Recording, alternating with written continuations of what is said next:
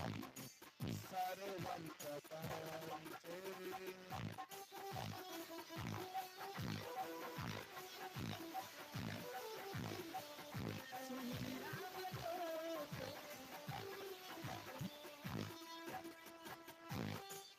लीलां भोजि श्याम मल्लिका मुलायम सीता समारो चित्तविभा मुलायम सारो महासा यज्ञ चारु चापम नमामि रामं रघुवंशनाथं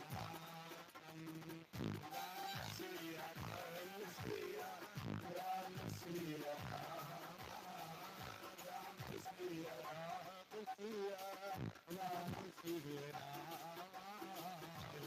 सिया राम सिया राम सिया राम राम सिया राम सिया राम सिया राम सिया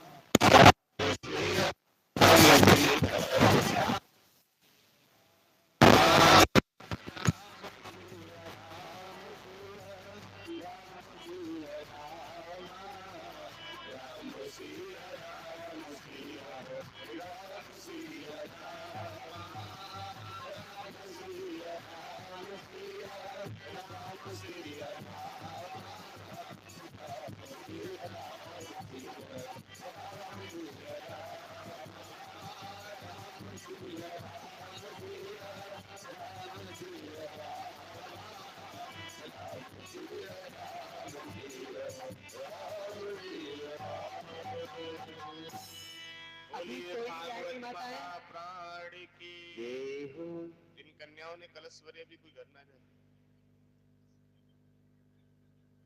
अभी आप लोग बैठेंगे, पूज्य गुरुदेव भगवान जी आपको बहुत ही मधुर भागवत में ले चलेंगे। आप क्यों परेशान हैं? थोड़ी सी देर है, अभी आपको। बोलिए भागवत महाप्राण की जय हो। पूज्य सदगुरुदेव भगवान की जय हो। प्रेम प्राधान सरकार की जय हो। परीक्षित जी महाराज की जय हो। यज्ञपति महाराज की जय हो। व्यास जी महाराज की जय हो। संत भगवान की जय हो। भक्त और भगवान की जय हो। आज इस पावन नगरी के अंतर्गत कथा प्रारंभ होने जा रही है और कथा में प्रवेश करते समय सर्वप्रथम हमें दो बात याद रखनी चाहिए। आज कथा का प्रथम दिवस है। सर्वप्रथम हम वस्त्र जो कथा में पहने वो ऐसा वस्त्र पहने जो कथा के लिए हमारा शुभ हो। अशुभ वस्त्र क्या है और शुभ क्या है? तन को ढक दे वो तो शुभ है, तन को शरीर को जो ढक ले वो शुभ है और शरीर को जो नंगा कर दे वो अशुभ है। तो इस तरह का वस्त्र कथा में पहन के आएंगे जो खुद को अच्छा लगे और समाज को भी अच्छा लगे। ये नहीं है कि 3 जगह फटा हुआ पैंट जींस का पहन के आ जाए। ये नहीं है कि हमारी कन्याएं गलत तरह से जीन्स और टॉप पहन के आए, ये कथा में नहीं होगा। कथा में कथा क्यों कराई जा रही है? कथा ये कोई टाइम पास नहीं है, कोई ढोल तमाशा नौटंकी नहीं है। आज 7 दिन में पहले दिन कथा प्रवेश हो रही है। इस व्यास मंच के द्वारा आपको किसी तरह से कोई भी गलत शब्द सुनने को नहीं मिलेगा। एक भी दिन इस व्यास मंच से कोई आप कथा में कोई पैसा बोलते हुए नहीं सुन पाएंगे। कोई यहाँ छाप छूप नहीं लगती हमारी कथा। हमारी कथा केवल समाज सुधारक के लिए, आने वाले समय पर पीढ़ी को क्या होना है वो संदेश देने के लिए। भागवत क्यों बनाई, भागवत से क्या हमें संदेश मिलेगा, तो वो हम 7 दिन में श्रवण करेंगे।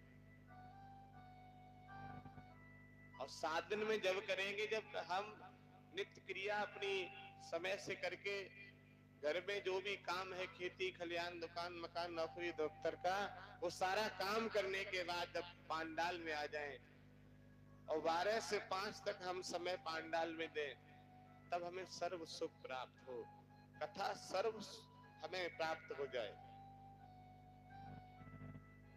2 घंटे कथा सुनी, 1 घंटे सुनी। कुछ लोग तो रिश्तेदार लोग आएंगे तो कथा समापन से 1 दिन पहले आ जाएंगे, कथा भी सुन लेंगे और भंडारा भी खाएंगे, दोनों काम करेंगे। व्यवहार, वो व्यवहार होता, वो कथा नहीं सुन सकते, वो व्यवहार है। गांव के भी लोग सोचेंगे भी कथा 2 दिन शुरू हुई है, 2 दिन बाद चलेंगे, नहीं। कथा में प्रवेश होने के बाद नदी में डूबोगे तो मर जाओगे। नदी में अगर डूब गए तो मर जाओगे, और श्रीमद् भागवत कथा में डूब गए तो तर जाओगे। तो कथा में हमें डुबकी लगानी है, कथा बड़े भाव से श्रवण करनी है। इन 7 दिनों में हमें पता होना चाहिए कि भागवत क्यों लिखी गई, भागवत का महत्व क्या है, भागवत किसके द्वारा लिखी गई। और ये सब जब मिलेगा तो हमारा पूरा ध्यान कथा में।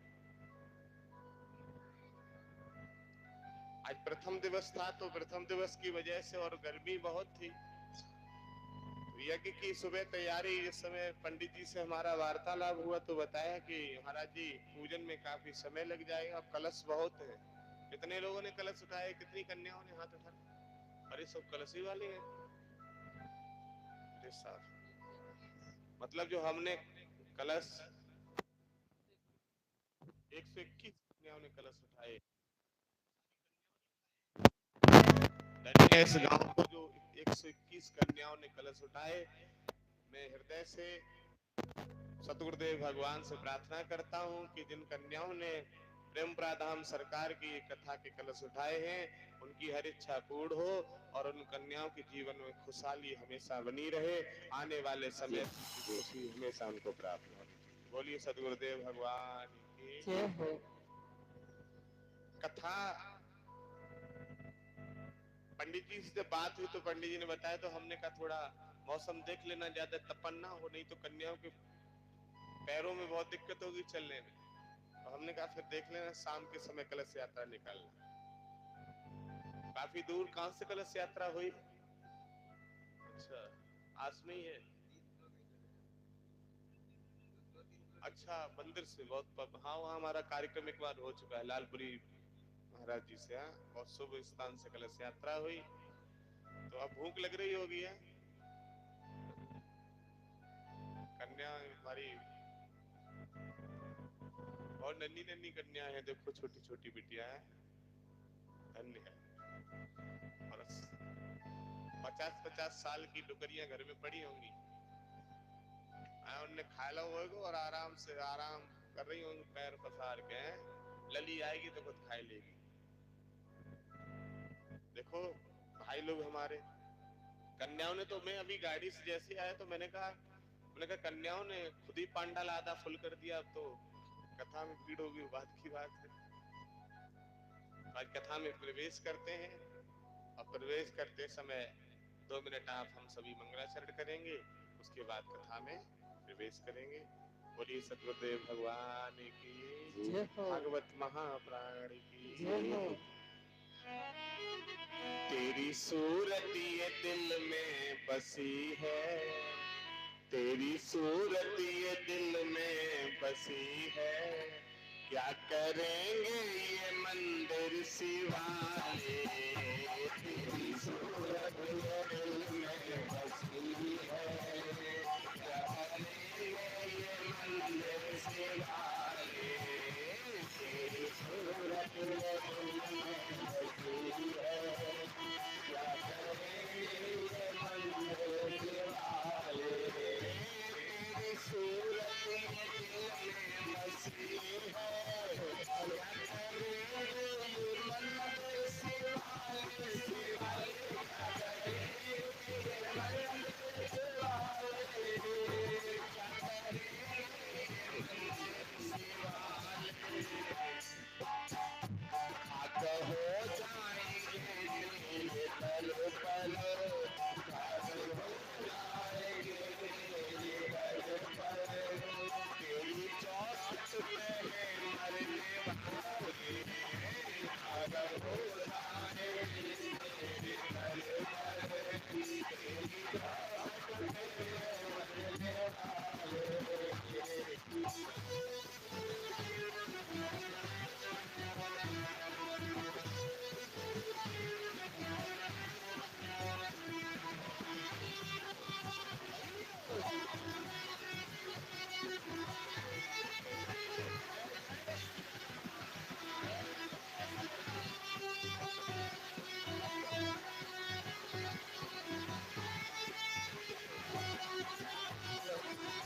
मुझे भगवान तेरा आसरा है, बने मुझको भंवर से निकाले। मुझको भंवर से निकाले, मुझको भंवर से निकाले। अरे करे दो यार इसको डुबा दो,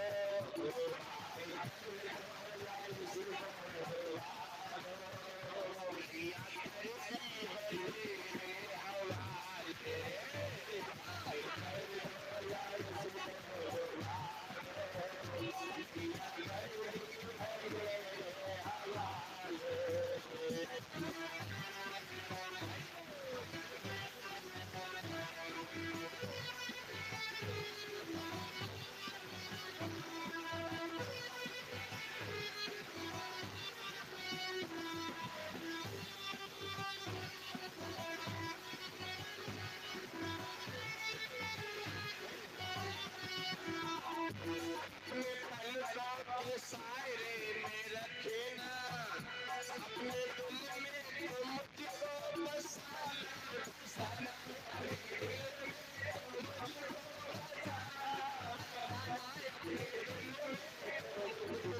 बसाना क्यों? दुनिया बेदर्दी है बेवफा है, दुनिया बेदर्दी है बेवफा है। दुनिया बेदर्दी है बेवफा है, दुनिया बेदर्दी है बेवफा है। तेरे चरणों में मरने वाले, दुनिया बेदर्दी है बेवफा है। तेरे चरणों में मरने वाले।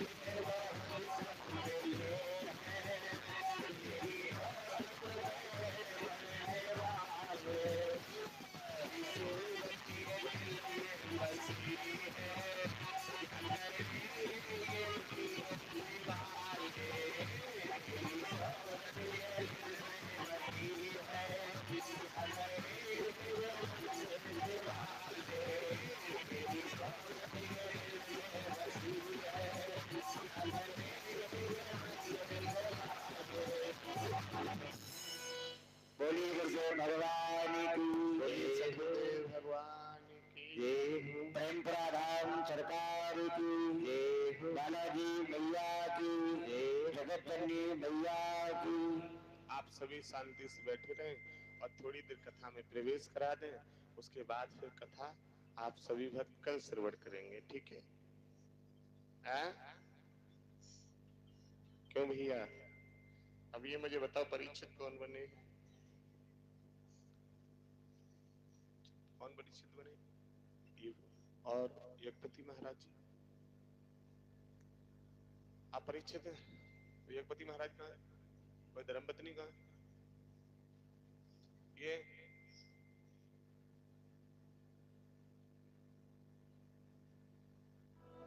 कौन सी धर्मपत्नी तुम्हारी? ये बालक बहुत हंस रहे, वो सोच रहे हमारी धर्मपत्नी है नहीं। परीक्षित जी आपकी धर्मपत्नी गलत बैठी है।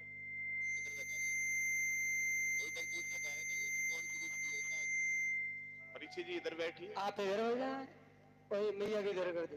ये पंडित जी ने कुछ बताया नहीं?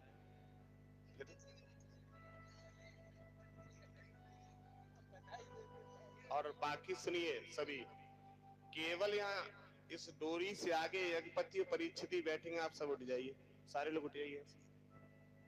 ये रिश्ता घर तक ही रहेगा। सारी माताएं सब बिटिया यज्ञपति घर तक होंगी। केवल यज्ञपति परीक्षित चार ही लोग बैठेंगे यहाँ, बाकी पीछे जाइए। अब आप सही से बैठिए। अरे ये क्या कर रही हो? कथा में प्रवेश करते हैं। सर्वप्रथम आप सबको हम माध्यम की कथा में प्रवेश कराते हैं। शांति बना के बैठे रहिए थोड़ी देर। अब थोड़ा सा आप गैप कर लीजिए। परीक्षित जी थोड़ी सी इधर आ जाइए। हाँ बस ठीक है, ठीक। अब पूर्ण ध्यान आपका कथा में होना चाहिए। कहाँ व्यवस्था क्या हो रही है बच्चे जाने, ठीक है? आपको कथा श्रवण कराने के लिए हम लोग आए हैं, तो आपका पूरा ध्यान कथा में होना चाहिए। महात्म की कथा में प्रवेश करते हैं सर्वप्रथम एक श्लोक लिखा है। सच्चिदानंद रूपाय विश्वोपत्यादि हेतवे तापत्राहि विनाशाय श्री कृष्णाय वयम् नमः। जय हो। सच्चिदानंद, सच्चिदानंद क्या है? सत्य चित्त आनंद। सच्चिदानंद का मतलब है सत्य चित्त आनंद। सत्य था, सत्य है और सत्य रहेगा। चित्त माने प्रकाश। सत्य क्या है? सत्य का नाम ही ईश्वर है। सत्युग त्रेता द्वापर कलयुग चल रहा है। ये कलयुग की जो उम्र है वो 4,32,000 है। कलयुग की उम्र कितनी है? 4,32,000। इससे पहले का युग था जिसे कहते थे हम सभी क्या? द्वापर युग, जिसमें भगवान कृष्ण का अवतार हुआ था। तो द्वापर की उम्र थी 8,64,000। कलयुग में हमारे आप सबकी उम्र प्राप्त होती है 100 वर्ष। हमारी आपकी लंबाई होती है 3.5 हाथ। तो ईश्वर हर युग में अवतार लेते हैं। सतयुग में लिया भगवान विष्णु के रूप से श्री हरि ने, त्रेता में राम बन के आए, द्वापर में कृष्ण बन के आए और कलयुग में कल भगवान के रूप से अवतार लेंगे। लेकिन कलयुग का भी पहला चरण चल रहा है। इस पहले चरण की जो उम्र है वो 1,08,000। 4 चरण है कलयुग के। 1,08,000 उम्र है पहले चरण की और 4,32,000 है पूरे कलयुग की उम्र। तो अभी 5,200 कुछ वर्ष कलयुग निकल पाया है। कलयुग का जब अंतिम चरण आएगा उस समय मानव की जो लंबाई होगी वो केवल 6 इंच पाई जाएगी। अंतिम चरण। जवासे का पेड़ देखा है किसी ने? जवासे चना का पेड़ देखा है? उसके नीचे बैठ के मानव ठंडक लिया करेगा। ये कलयुग का असर है। लेकिन कलयुग का असर किस घर पर नहीं होगा? हर मानव 6 इंची का नहीं होगा। जिस घर पर कथा भागवत हवन यज्ञ, जिस घर के कोई भी किसी सदस्य ने किसी को गुरु बना लिया है संसार में, उसके घर पर कलयुग का असर आने वाला नहीं है, क्योंकि गोस्वामी जी ने लिखा है कि कलयुग केवल नाम आधारा और सुमिर सुमिर नर उतरे। कलयुग में एक नाम संत दे देंगे, वो नाम की सुरती लगाने के बाद प्राणी भव सागर से पार हो जाएगा, कलयुग का प्रभाव नहीं पड़ेगा। ए भैया पीछे वाले कौन है ये?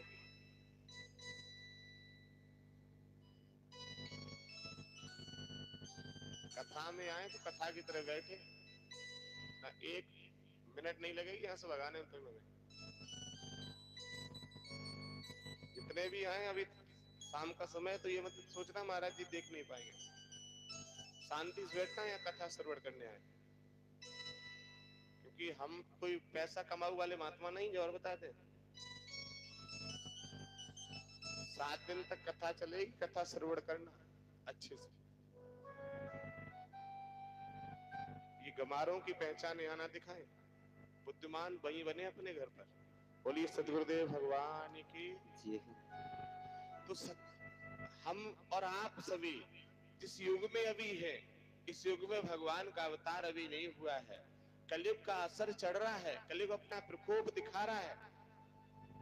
तो सच्चिदानंद सत्य क्या है? सत्य ईश्वर है। ईश्वर थे, ईश्वर है और ईश्वर रहेंगे। चित्त माने प्रकाश। प्रकाश ये नहीं जो बल्ब ट्यूबलाइट जल रहे हैं, ये प्रकाश नहीं है। अभी लाइट चली जाए तो ये प्रकाश फीका हो जाएगा, जनरेटर बंद हो जाए प्रकाश फीका, अंधकार आ जाएगा। वास्तविक प्रकाश क्या है? तब वास्तविक प्रकाश वो है, ऊ माने अंधकार, रू माने प्रकाश। जिसके जीवन में संत आ जाते, उसके जीवन में जो प्रकाश आ जाता है, उसके जीवन में कभी अंधकार आने वाला नहीं है। एक बार जिसके जीवन में प्रकाश आ जाए, फिर अंधकार नहीं आता। आनंद क्या है? आनंद वो नहीं है कि घर पर हमारे डल्लब के गद्दे हैं, एसी लगी है, वीआईपी गाड़ियां खड़ी हैं तो हमें आनंद मिल रहा है, नहीं। वास्तविक आनंद क्या है? गोस्वामी जी कहते हैं एक जगह कि अब कछु नाथ न चाहिए मोरे और दीन दयाल अनुग्रह तोरे। मुझे क्या चाहिए? केवल प्रभु का स्मरण, प्रभु की भक्ति, प्रभु का दर्शन जिसके जीवन में मिल जाए, उसे परम आनंद प्राप्त हो जाए, परम आनंद प्राप्त हो जाता है। ये दुनिया के आनंद फिर फीके दिखाई देने लगते, फिर कुछ नहीं। जैसे हम अपनी आप की बताएं कि हम सोना चांदी नहीं पहनते अब, क्योंकि वो सोना चांदी में कोई आनंद नहीं दिखता हमें। जो आनंद प्रभु की परम भक्ति में है, उसमें नहीं रहा। वास्तविक आनंद क्या था वो हम भी ढूंढते थे, लेकिन अब वास्तविक आनंद जब से मिला, तब से संसार रूपी आनंद बिल्कुल बेकार लगने लगे। मैंने अभी आपसे क्या कहा कि 7 दिन कथा यहाँ श्रवण कराएंगे, लेकिन यहाँ पैसा बटोरने वाली कथा नहीं करेंगे। साहब फलाने ने 100 रुपए दिए तो पंडित जी माइक से बोलते रहेंगे साहब और मिले फिर हमें। ये यहाँ नहीं होगा। केवल कथा श्रवण कराने आए हैं, गंगा कथा की बहाने आए हैं। प्यारे इसमें 7 दिन डुबकी लगा लेना, जीवन का कल्याण हो जाए। सच्चिदानंद, सच्चिदानंद भगवान क्या है? वो हर जगह है। ईश्वर अंश जीव अविनाशी चेतल अमल सहज सुकृत रूपाए। वो भगवान का स्वरूप दुनिया का बनकर देख लिया, भगवान का बनकर देख जरा। हरि नामों में कितनी ताकत है, एक बार सुमिर कर देख जरा। दुनिया का रूप बसा लेते हैं। वो लड़का बड़ा अच्छा लगता है, वो लड़की बड़ी अच्छी लगती है, वो भाई बड़ा अच्छा लगता है, भाभी बड़ी अच्छी लगती है। ये संसार का जो है ना रूप, ये सब फीका है। वास्तव में ये अपने नेत्रों में जब आप ये गंदगी हटा दोगे और नेत्रों से जब वास्तविक परमात्मा का स्वरूप देख लोगे, वो रूप देख लोगे, तो वो आनंद बरसता है। विश्वोपत्त्याद हेतु, वो विश्व के पति है, विश्व का कल्याण करने वाले हैं। वो आपके जीवन में सदैव आपकी खुशियां की कामना करते हैं।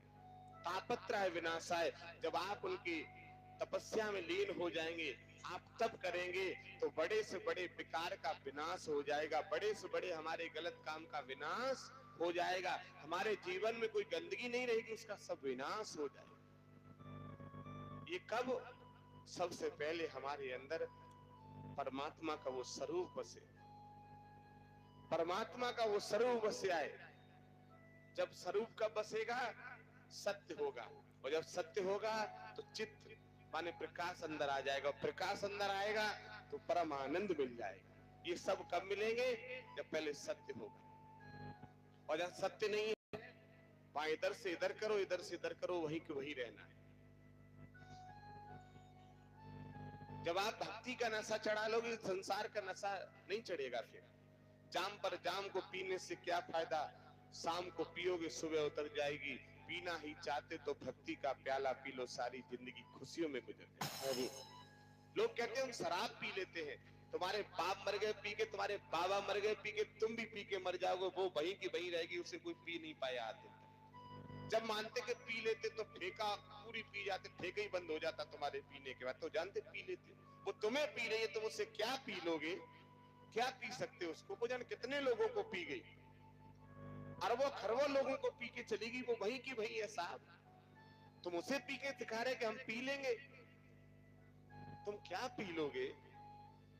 तुम केवल घर में अपने परिवार में कलेश कर सकते हो, शांति से भोजन। कई माताएं तो कई बहनें तो इस बात की पूजा करती हैं कि हे प्रभु आज हमारे पति पी के ना आए। कई घर में ऐसी पूजा होती, आज पति पी के ना आए, नहीं तो भोजन खराब हो जाएगा, खाना नहीं मिलेगा खाने। धिक्कार है ऐसे मानव योनि। नशा ये नाश कर देगा, फिरोगे दाने दाने को, कटोरा हाथ में होगा ना कोई देगा खाने। किस भ्रम में है अभी आप? तुम्हें लगता है कि हम पहलवान हैं, धनवान हैं, 1 लाख पुत्र 1.25 लाख नाती और रबा रावण कर दिया ना बाती। जब तक हम धर्म की लाइन पे चलते हैं तब तक हमें सब कुछ मिलता है भैया, और जैसे ही हम उससे उतरते हैं फिर हमें मिलना मुश्किल हो जाता है, फिर हमें कुछ मिलता नहीं है।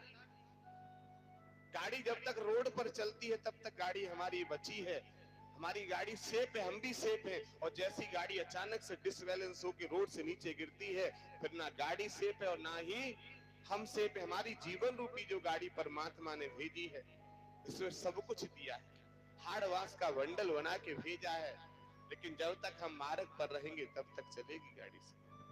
और मार्ग से जैसे ही गाड़ी नीचे गई, फिर ना हमारे खुद के जीवन का पता है, ना जीवात्मा का पता है। वो परमात्मा के यहाँ से जीवात्मा आती है, ये शरीर रूपी हम सबको मिला है घर, और जैसे इसमें आती है तो हमारा सबका वह परमात्मा का खाता खुला हुआ है। बैंक में खाता खुलाते हैं, कितना हम धन जमा करते वो तो हम निकाल लेते हैं, लेकिन भक्ति के द्वारा, भजन के द्वारा, पूजा के द्वारा हमारी कन्याएं नवरात्रि में व्रत रहती है बेटियां, हाँ? तो नवरात्रि में व्रत रहती है, और नवरात्रि में व्रत रहने के साथ साथ फिर आप देखना, जब नवरात्रि में कन्याएं व्रत रहती हैं उस समय बेटियों का फोटो खींचना, और जो भी व्रत रहता हो और अन्य दिन का खींच के देखना, कितना अंतर होता है। भक्ति का प्रकाश ही कुछ अलग होता है। आज हमारी कन्याएं कलश उठाए हैं और 7 दिन तक कथा सुनेंगे तो कथा की फोटो एक ले लें, और फिर 15 दिन के बाद लेना, अंतर देखना क्या है। क्योंकि यहाँ भक्ति का जो प्रकाश होगा वो प्रकाश कभी फीका नहीं पड़ता है, वो दिव्य प्रकाश है। उस मालिक के दरबार में हर किसी का लेखा जोखा है।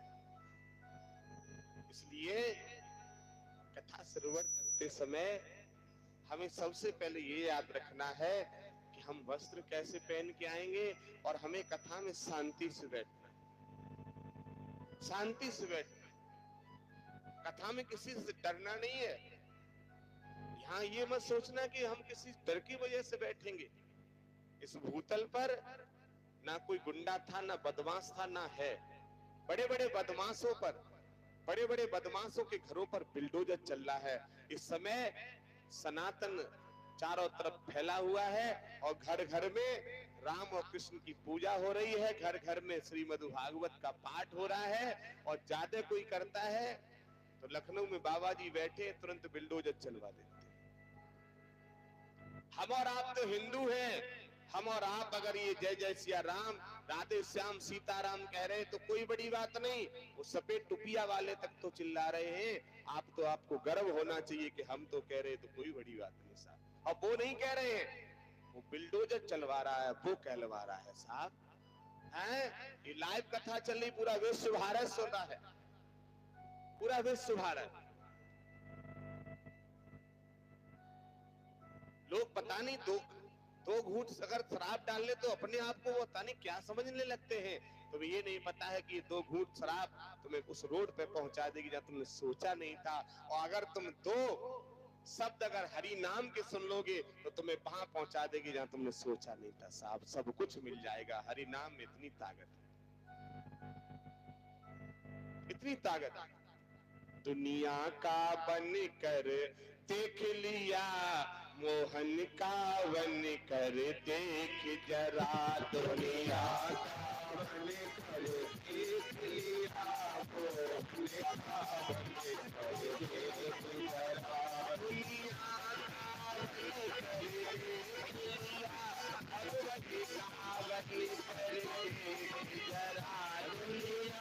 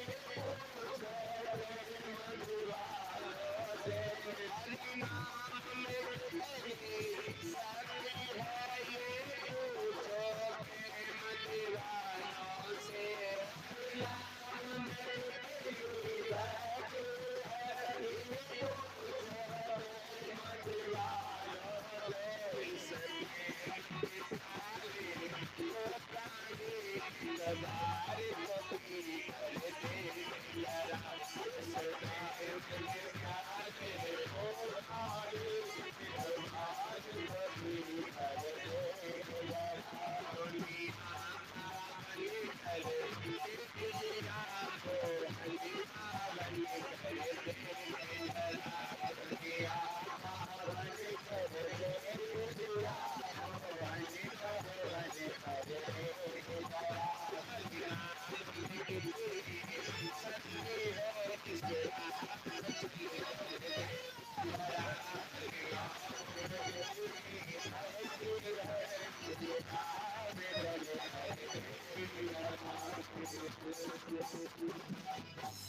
दुनिया का बनकर देख लिया, मोहन का बनकर देख जरा, हरि नाम में कितनी शक्ति है, इस राह पे चलकर देख जरा। तो संसार के नहीं परमात्मा के बन के देखो। 5 पैर धंधा गया, 3 पैर गया सोए, 1 पैर हरि नाम बिन मुक्ति कैसे होए। एक बहुत सुंदर स्थान है, जिस स्थान का नाम है, बस मैं 10 मिनट और लूंगा आप लोगों की, बस विश्राम कर। बहुत सुंदर स्थान है, जिस स्थान का नाम है नेमिसारण। कौन सा? नेमिसारण। नेमिसारण इस समय जिला सीतापुर की धरती पर पड़ता है। तो नेमिसारण क्षेत्र जो है, वहां पर हजारों नहीं, लाखों नहीं, पता नहीं कितने संत तपस्या कर रहे थे। कितने संत तपस्या कर रहे हैं वहां, और वहां तपस्या करते करते उनको 1-2 वर्ष नहीं, 10-20 वर्ष नहीं, पता नहीं कितनी वर्ष हो गई, कई युग बदल गए तपस्या करते करते, कई युग बदल गए। एक दिन अचानक से उन ऋषियों के सामने सूत जी महाराज का आगमन होता है। और सूत जी महाराज का जब आगमन हुआ, तो सूत जी महाराज की उम्र है 20 वर्ष। कितनी? बोला करो। 20 वर्ष। और ऋषियों की उम्र का कोई पता नहीं है, पता नहीं कितनी उम्र के हो गए संत जन। और सूत जी महाराज की केवल 20 वर्ष की आयु है। लेकिन जैसे सूत जी महाराज ऋषियों की तरफ आए, तो सारे ऋषि खड़े हो गए और प्रणाम करने लगे। सूत जी महाराज कहने लगे, अरे ये क्या कर रहे हो गुरुजन, ऋषि जन ये क्या कर रहे हो? मैं तो 20 वर्ष का बालक हूं और आपकी उम्र का कोई पता नहीं है। तब सौन कादिक ऋषि कहने लगे, हे सूत जी, धन वृद्धाम बल वृद्धाम आयु वृद्धाम चेष्मय सर्व ज्ञान वृद्धाम किक्राम शिष्य किक्राम। धन वृद्धाम, जो धन से बड़ा होता वो बड़ा नहीं होता। किसी के पास पैसा ज्यादा है तो अपने आप को बड़ा ना समझे। यहाँ सूत जी महाराज को सौनकादिक ऋषि ज्ञान करा रहे हैं कि जो धन से बड़ा है, पैसे में बड़ा, वो बड़ा नहीं है। धन वृद्धाम बल वृद्धाम, किसी के पास ज्यादा ताकत है, पहलवान है, वो अपने आप को बड़ा समझता, बड़ा नहीं है। धन वृद्धाम बल वृद्धाम आयु वृद्धाम चेष्मय, किसी की उम्र अगर है 80 वर्ष, वो अपने आप को सोचता हम बड़े हैं, बड़े नहीं है। फिर कौन बड़ा है? किक्राम शिष्य किक्राम, छोटे से भी छोटा है, अगर उसके पास ज्ञान है तो वो सबसे बड़ा है। बड़ा उसी को कहा गया जिसके पास सर्व ज्ञान वृद्धाम, जिसके पास सर्व ज्ञान हो। हे सूत जी, तुम्हारे पास ज्ञान है, हम ऋषियों के पास इतना ज्ञान नहीं है, क्योंकि तुमने भगवान की प्राप्ति कर ली। अब मुझे इतना मार्गदर्शन बता दो कि भगवान तुम्हें कैसे मिले सूत जी। सौनकादिक ऋषि पूछने लगते हैं। सूत जी महाराज कहने लगे, ऋषि जन, भगवान केवल स्मरण करने से नहीं मिलते, भगवान केवल भजन करने से नहीं मिलते हैं, भगवान केवल मंदिर में मत्था झुकाने से नहीं मिलते हैं, भगवान केवल आरती पूजा करने से नहीं मिलते हैं, भगवान कथा कराने से नहीं मिलते हैं। सौनकादिक ऋषि बोले, फिर कैसे मिलते हैं भगवान? तब कहा कि भगवान का मिलन अपने अंदर की आत्मा में अगर आप विचारधारा पवित्र कर लोगे तो भगवान मिल जाएंगे। जब तक विचारधारा अंदर की पवित्र नहीं होगी, तब तक भगवान का स्मरण, भगवान का मिलन होने वाला नहीं। आपने अगर अपने मन में सोच लिया कि भगवान हमें इतना पैसा दे दो कि हम सामने वाले को बर्बाद करके छोड़ेंगे, क्या करके छोड़ेंगे? बर्बाद। इतना दे दो पैसा, सामने वाले को बर्बाद इससे उखाड़ देंगे, आप उसे इस लायक हो पाएंगे, बर्बाद करने लायक हो पाएंगे या नहीं हो पाएंगे, उसे उखाड़ पाएंगे या नहीं उखाड़ पाएंगे, लेकिन आपकी बर्बादी उसी दिन से चालू हो जाएगी जिस दिन आपने सोचा था। और आप अपने अंदर विचार अच्छे बना लो कि परमात्मा इतना दे दो कि हम कन्याओं के साथ कम से कम दान कर सके, संतों को भोजन करा सके, और हम किसी के साथ पुण्य कर सके। पुण्य करोगे या नहीं करोगे ये बात की बात है, लेकिन उसी दिन से परमात्मा आपकी सुन लेंगे और आपको धन देना शुरू उसी दिन से। सूत जी महाराज ने सौनकादिक ऋषियों से कहा है, ऋषि जन, केवल अंदर का विचार बदल जाता है तो परमात्मा की प्राप्ति हो जाती है, अंदर का विचार नहीं बदलेगा तो ईश्वर की प्राप्ति होने वाली। अंदर का विचार बदलिए, अंदर मन है ना, उसमें प्रभु को बसाना बहुत मुश्किल की बात है। मन के मंदिर में प्रभु को बसाना, ये मन के मंदिर में प्रभु को बसाना, बात हर एक के बस की नहीं है। मंदिर में प्रभु को बसाना, हर एक के बस की नहीं है। प्रभु को बसाना, बात हर एक के बस की नहीं है।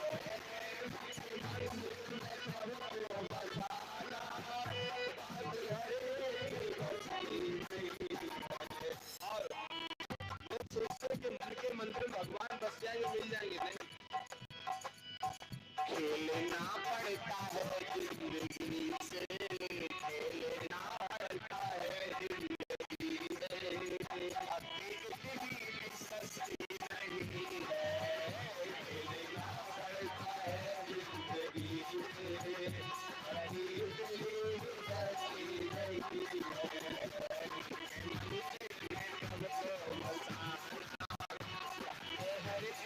बस की नहीं है।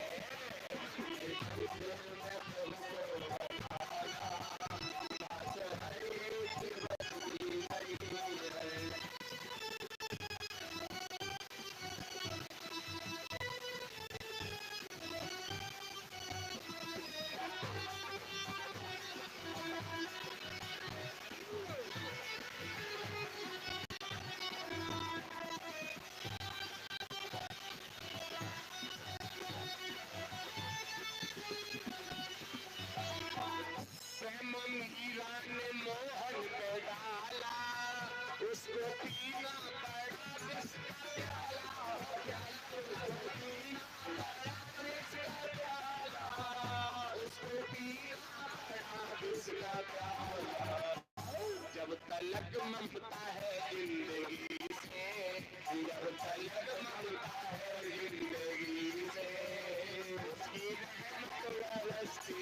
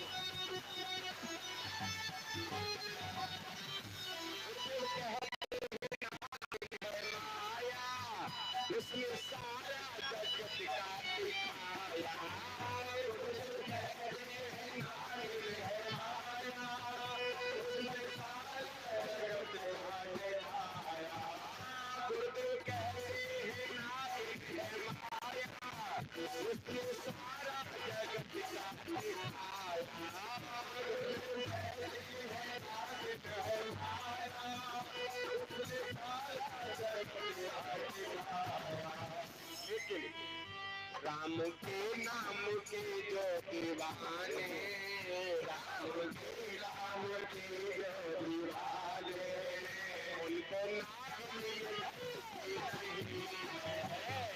के ज्योति बहाने, उनको नाम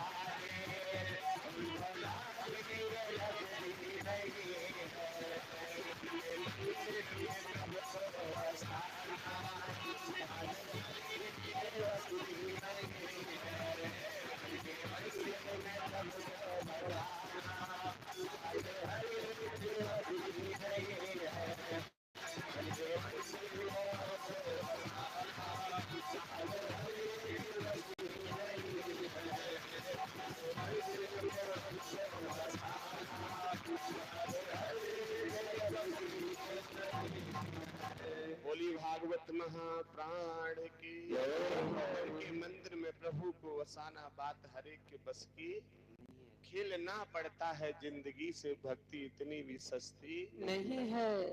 सूत जी महाराज सौनकादिक ऋषियों को रास्ता बताते हैं, ज्ञान कराते हैं।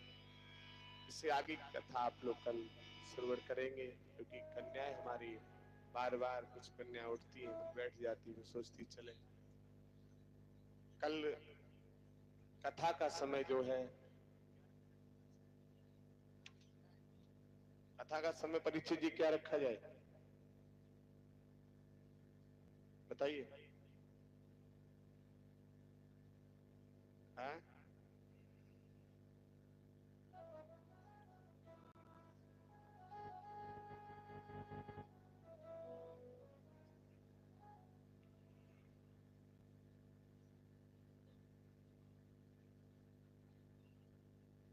नहीं, समय क्या रखें, कितने बजे से कितने बजे? हाँ, तो हमारे परीक्षित जी 12 से 5 का समय रखा गया है। एस्टीमेंट वाले हमारे भैया आपके लोगों के बीच में 12 बजे उपस्थित हो जाएंगे, तो हमारे परीक्षित जी, यज्ञपति महाराज और सभी कलश वाली कन्या और इनके माता पिता, ये लोग समय से जरूर आए। कलश वाली कन्या और इनके कौन कौन माता पिता, सभी लोग समय से आएंगे। और कल से बड़ी सुंदर कथा में हम लोग प्रवेश करेंगे। कल की कथा जो है वो सर्वप्रथम श्रीमद् भागवत की रचना की कथा होगी, और उसके बाद श्रीमद् भागवत की साथ साथ फिर सृष्टि की रचना की कथा होगी कि सृष्टि कैसे रची गई। उसके बाद आत्मदेव गोकर्ण जी महाराज की कथा होगी, धुंधकारी की कथा में आप सभी प्रवेश करेंगे, और साथ ही साथ भगवान शिव के किस तरह से अवतार हुए वो कथा आप कल श्रवण करेंगे। बोलिए भागवत महाप्राण की, पूज्य सदगुरुदेव भगवान की। आप सभी भक्त लोग अपने स्थान पर खड़े हो जाइए। और सुबह जो है 7 से 9 बजे तक यज्ञ का समय, 7 बजे आप लोग कलशवाली करना है, भाई बहन जो भी यज्ञ में सम्मिलित हों 7 बजे सुबह आ जाए। परीक्षित जी, यज्ञपति जी, 7 से 9 बजे तक यज्ञ का समय रहेगा, और 12 से 5 कथा का। आ जाओ यज्ञपति, आप थाली लो परीक्षित जी।